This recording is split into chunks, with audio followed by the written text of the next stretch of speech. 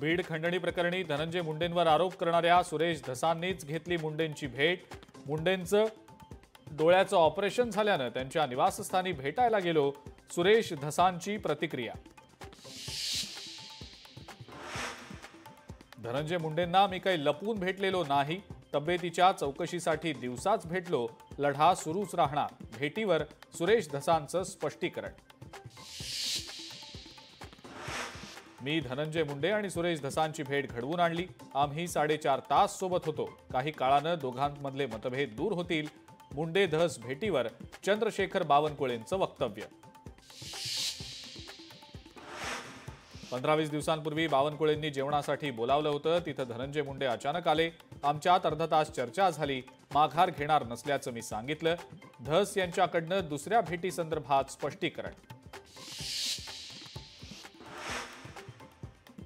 समाजानं सुरेश धस यांच्यावर विश्वास दाखवला होता, मात्र सत्तेच्या आहारी जाऊन धसांकडनं दगाफटका होईल अशी अपेक्षा नव्हती।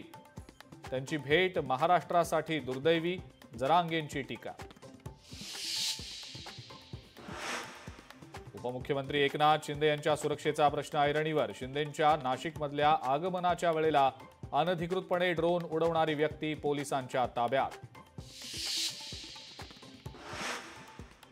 न्यू इंडिया कोऑपरेटिव्ह बँकेवर आरबीआयकडनं निर्बंध। बँकेतनं पैसे काढण्यासाठी खातेदारांची झुंबड। पोलीसही बँकेच्या गेटवर दाखल। अदानी हा व्यक्तिगत विषय। अशा व्यक्तिगत विषयासाठी दोन देशांचे प्रमुख एकमेकांना भेटत नाहीत आणि बोलतही नाहीत।